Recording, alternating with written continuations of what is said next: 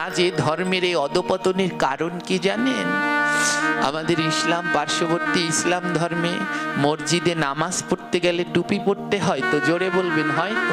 টুপি ছাড়া মসজিদে ঢোকে? জোরে বলেন ঢোকে?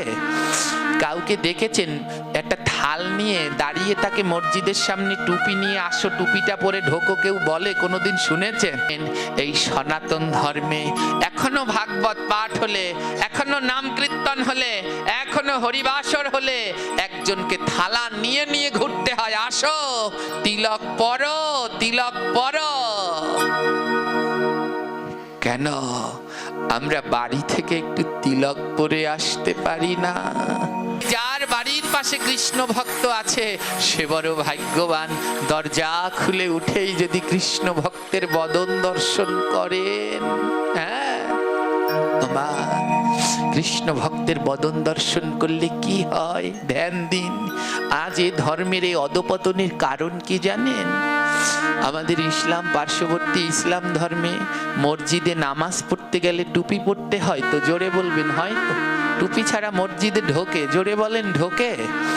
কাউকে দেখেছেন একটা থাল নিয়ে দাঁড়িয়ে তাকে মসজিদের সামনে টুপি নিয়ে আসো, টুপিটা পরে ঢোকো, কেউ বলে? কোনোদিন শুনেছেন?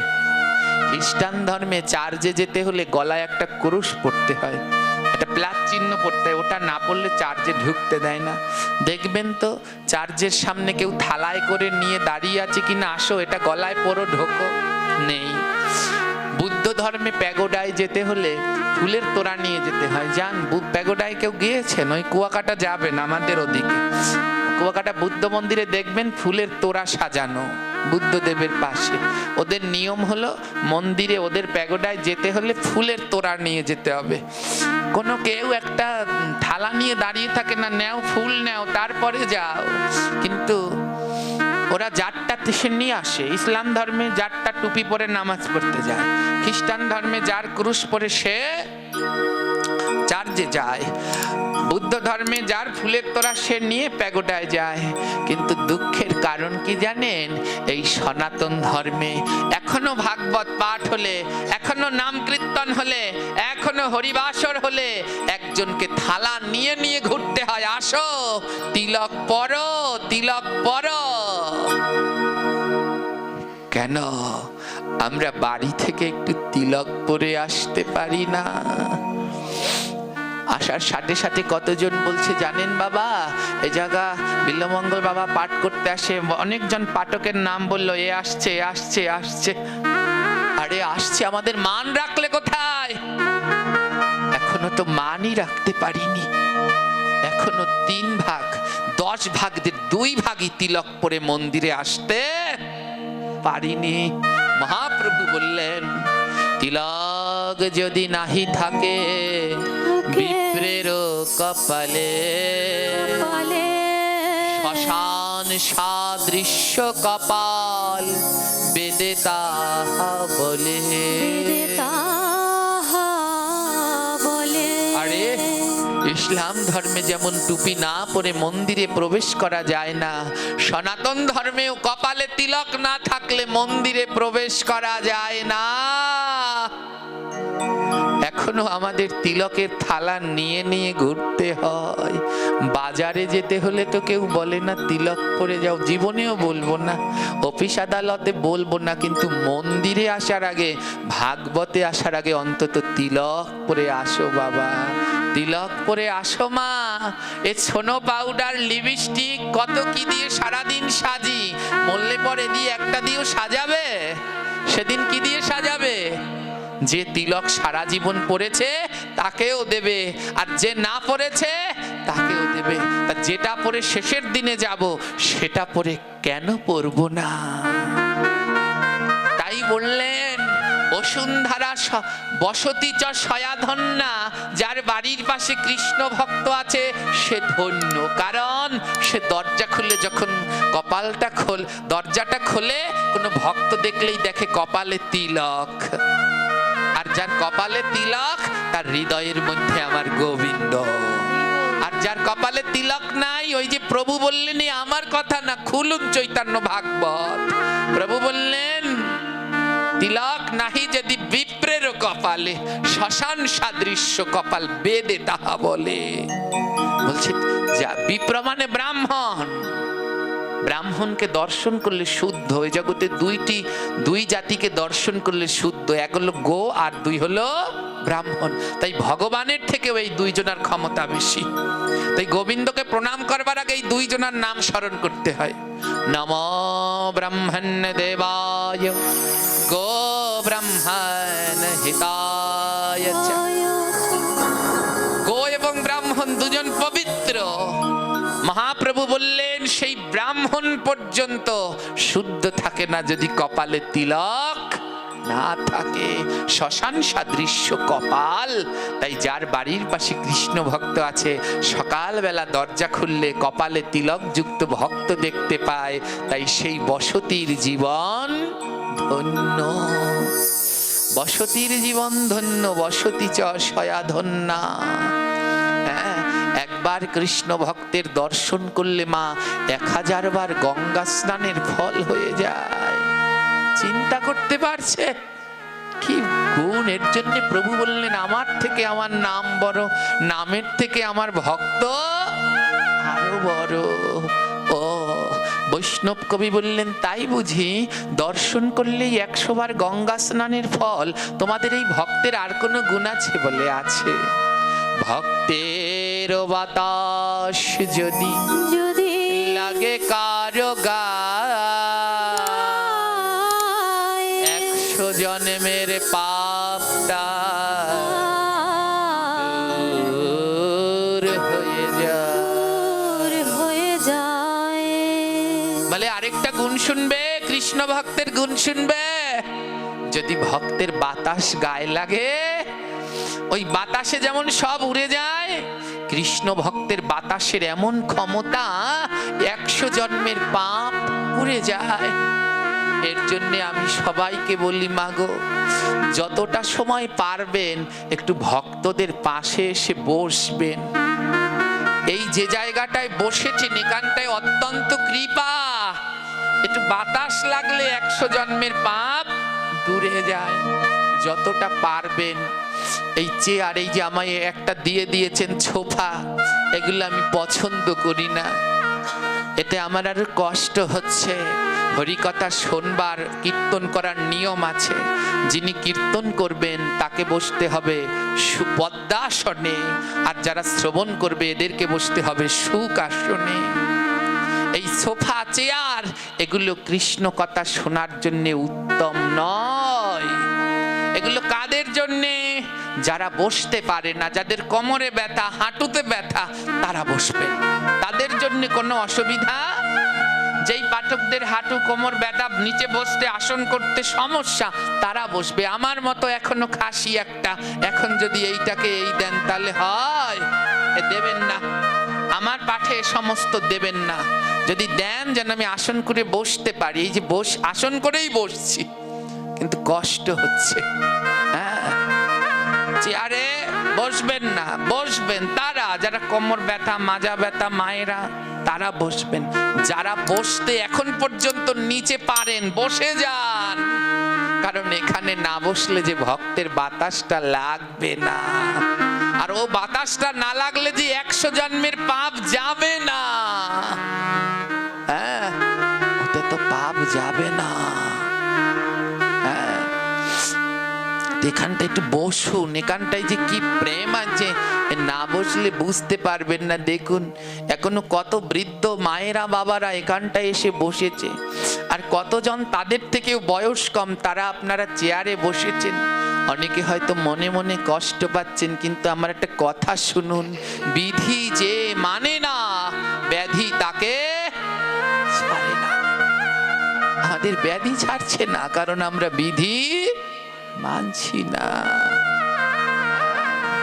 তাই প্রভু মহাজন বললেন, ভক্তেরও বাতাস যদি লাগে কারো গায়ে, 100 জন্মের পাপ তার দূর হয়ে যায়। বলে আর কি গুণ আছে তোমার এই ভক্ত সঙ্গের? আর কি গুণ আছে? বলে আছে। দর্শন করলে 100 বার গঙ্গা স্নানের ফল, বাতাস লাগলে 100 জন্মের পাপ। কত জন্ম জন্মের পাপ, 84 লক্ষ জনি ভ্রমণের পরে একবার মানব জন্ম। ওমা, শুধু মানব জন্মেই পাপ হয় আর অন্য অন্য জন্মে পাপ হয় না? সব জন্মেই পাপ হয়। এইখানে বসলে বাতাস লাগলে 100 জন্মেরটা যাবে। কত জন্ম অতিক্রম করে এসেছি? 84 লক্ষ। এখানটা একটু বসুন। বলে আর কি কোনো কৃপা হয়? এ ভক্তের দ্বারা বলে আরেকটা কৃপা হয় জানো? বলে কি? ভক্তের ওই অঙ্গ পরশ যে করে একবার, দেহ খান শুদ্ধ হয়। বলে গোবিন্দ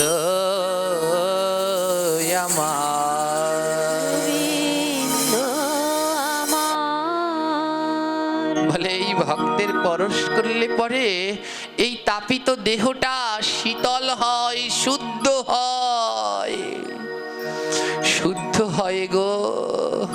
আর এর মধ্যে কোনো ভেদভাব থাকে না। এ দেহটা লোহা হয়ে গেছে, এ দেহটা মা লোহা হয়ে গেছে। লোহা বলতে পারেন লোহা শক্ত না পাথর শক্ত? আমার লোহা শক্ত না পাথর শক্ত? পাথর শক্ত না গো। পাথর ভাঙা যায় লোহা দিয়ে, কিন্তু পাথর দিয়ে কোনোদিন লোহাকে ভাঙা যায় না। এই দেহটা আমাদের লোহা হয়ে গেছে। এই লোহাটা সেদিন সোনা হবে যেদিন পরশ পাথরের ছোঁয়া লাগবে। বলে পরশ পাথর কে? যারা আমার কৃষ্ণ ভক্ত গৌরের দাস, যারা নিত্য প্রভুর প্রসাদ পায়, হরি কথা গুণগান।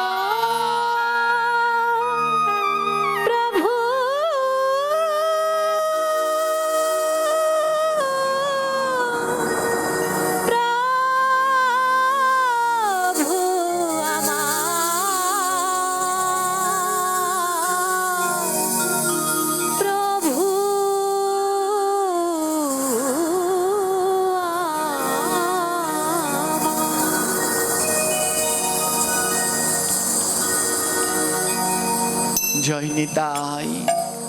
তাই এই শুদ্ধ ভক্ত পরশ পাথরের ন্যায়, এদের ছোঁয়া লাগলে এই লোহার দেহটা সোনা হয়ে যায়। আর লোহা কোনোদিন গোবিন্দ সেবায় লাগে না। সোনা হলে সেই সোনা দিয়ে গোবিন্দের হাতের বালা হয়, গলার হার হয়।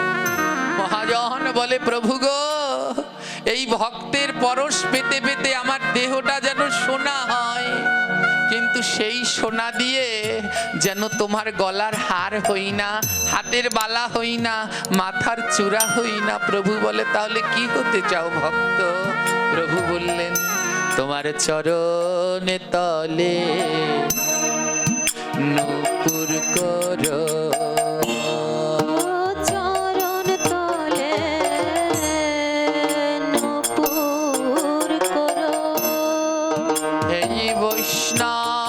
বৈষ্ণবের পরশ পেয়ে চরণ তলে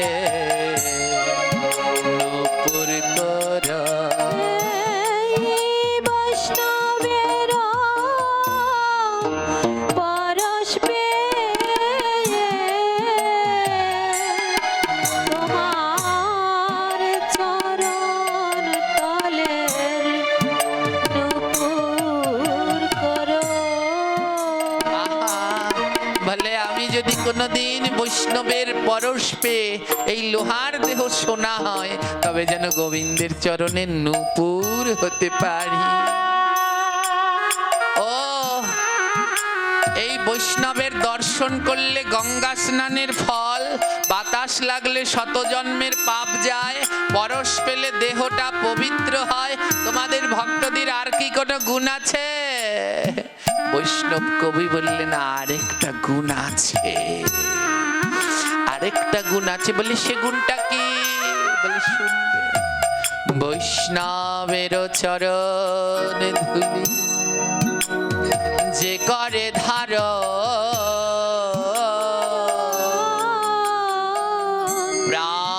গোবিন্দ বলে তা হয় না মরণ। বলে একবার যদি কেউ বৈষ্ণবের চরণ ধুলি শিরে ধারণ করতে পারে তার আর মরণ নেই, তার আর মরণ নেই, সে অমর হয়ে যায়। কে পেরেছিল জানেন? পেরেছিল দেবাদিদেব মহাদেব। তাই জন্মেছে আর মরেনি। নারদ জিজ্ঞেস করলেন, ভোলানাথ সবাই বলে তোমায় বৈষ্ণব, নিম্নগণাম যথা গঙ্গা দেবানাম অচ্যুতা যথা বৈষ্ণবানাম যথা শম্ভু পুরাণানাম মৃদাম তথা। ও ভোলানাথ, তো তুমি নাকি বৈষ্ণবদের মধ্যে শ্রেষ্ঠ। যদি বৈষ্ণবদের মধ্যে শ্রেষ্ঠ হবে তাহলে তিলক করো না কেন? সারা গায়ে শ্মশানের ছাই মাখো। যেখানে কেউ মারা যায় সেখানে গিয়ে তাদের ছাই নিয়ে গায়ে মাখো। তুমি কেমন বৈষ্ণব? তুমি তিলক করো না কেন? এ কথা শুনে ভোলানাথের নয়নে জল কথা বলছে না। ভগবতী মা দুর্গা বলছে, ওগো নারদ, তুমি কাকে কি বলছো?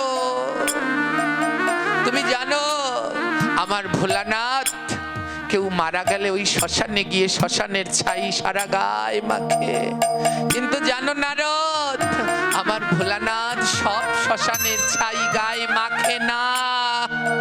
মা, আমার মতো পাষণ্ড বললে ভোলানাথের কি দায় ঠেকেছে? তিনি শ্মশানে এসে আমার বর্ষ গায়ে মাখবেন?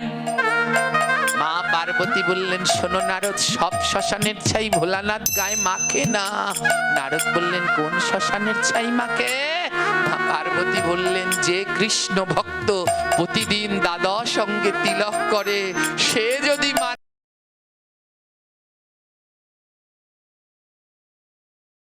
এই শ্লোকে ভগবান আমাদের কি বললেন?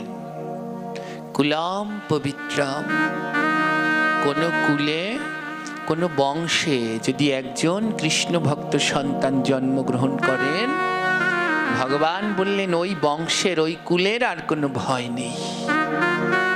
একজন যদি বংশে কৃষ্ণ ভক্ত জন্মগ্রহণ করেন, কুলম পবিত্রম, ও কুলের আর কোনো ভয় নেই।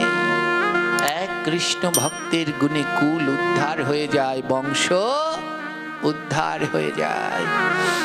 মা, এ জগতে বংশ দিয়ে জাতপাত দিয়ে কোনো সময় গোবিন্দ পাওয়া যায় না।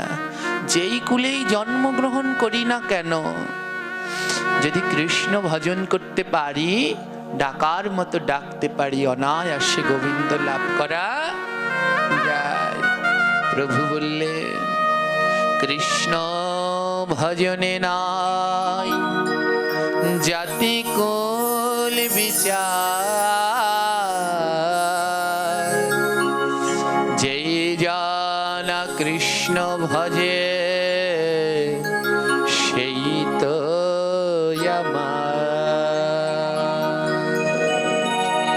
কৃষ্ণ ভজনে কোনো জাতিকুল বিচার নেই। যেই জনা কৃষ্ণ ভজন করে, প্রভু বললেন সেই আমার। যেই কুলে জন্মগ্রহণ করুন, কোনো ভয় নেই। কুল বংশ দিয়ে গোবিন্দ পাওয়া যায় না। বলুন, অসুর হলে অসুররা কি কোনোদিন গোবিন্দ পায়? যারা অসুর বংশে জন্মগ্রহণ করেছে, অনেকেই মাথা এমন করে নড়াচ্ছেন, না পায় না। কে বলেছে পায় না? আজ অব্দি ভক্তদের মধ্যে শ্রেষ্ঠ বলা হয় প্রহ্লাদকে। আর প্রহ্লাদ কোন কুলে জন্মালেন? তার পিতার নাম হিরণ্যকশিপু। তাহলে অসুর কুলে জন্মে কি সে কৃষ্ণ পায়নি? বলে, যেই কুলে জন্মাও যদি ভজন করতে পারো অবশ্যই কৃষ্ণ পাবে। তাই এ জন্ম তার ধন্য, এ জন্ম তার পূর্ণ, যে যেই কুলে একজন কৃষ্ণ ভক্ত সন্তান জন্মগ্রহণ করেন। কুলম পবিত্র জননী কিতার্থা। যে মায়ের গর্ভে সন্তান হয়, কৃষ্ণ ভক্ত সন্তান হয়, সে জননী কিতার্থা। আজ এই এক মাকে বলেছিলাম, ওনার 3টা মেয়ে।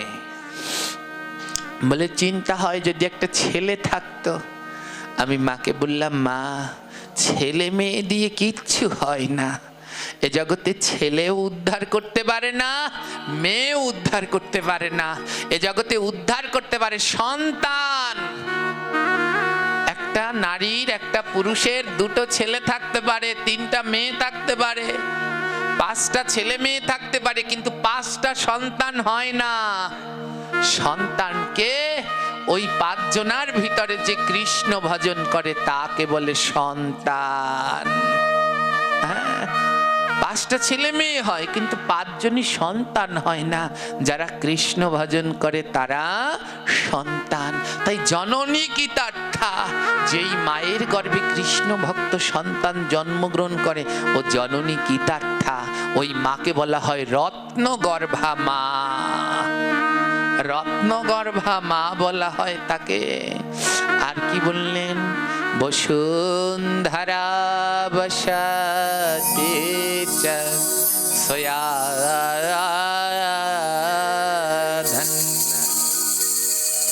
যত পাপ কার্য করি এই বসুমতির উপরে বসে। মা বসুমতী প্রতিদিন চিৎকার করে কান্না করে, ভগবান আর সইতে পারছি না, কত অন্যায় কত পাপ হচ্ছে। কল্পনা করতে পারেন, কোনো রেহাই নাই, কেউ কারো হাত থেকে রেহাই নেই। কে বলছে এরা মানুষ? কোনো মানুষই না। বাপের কাছে মেয়ে সুরক্ষিত না। মা গর্ভের সন্তানকে ডাস্টবিনে ফেলে দিচ্ছেন। সামান্য কোনো কথা নিয়ে জ্যান্ত মানুষকে গাছের সাথে বেঁধে আগুনে পুড়িয়ে দিচ্ছে। এরা কোনোদিন মানুষ? শত অন্যায় হচ্ছে এই বসুমতির উপরে। তাই মা বসুমতির বড় কষ্ট। তাই মা বসুমতী প্রতিদিন চিৎকার করে কাঁদে, প্রভু এ যন্ত্রণা সইতে পারছি না, এ যন্ত্রণা থেকে মুক্তি কোথায়? বলে একজন কৃষ্ণ ভক্ত পাঠাও। এই পৃথিবীতে যত কৃষ্ণ ভক্ত বাড়ে আমার মা বসুমতির তত আনন্দ হয়। মা বসুমতী বলে, যখন ওই কৃষ্ণ ভক্তগণ লাফিয়ে ঝাঁপিয়ে আমার বুকে নৃত্য করে, আমার সমস্ত জ্বালাগুলো দূর হয়ে যায় গো।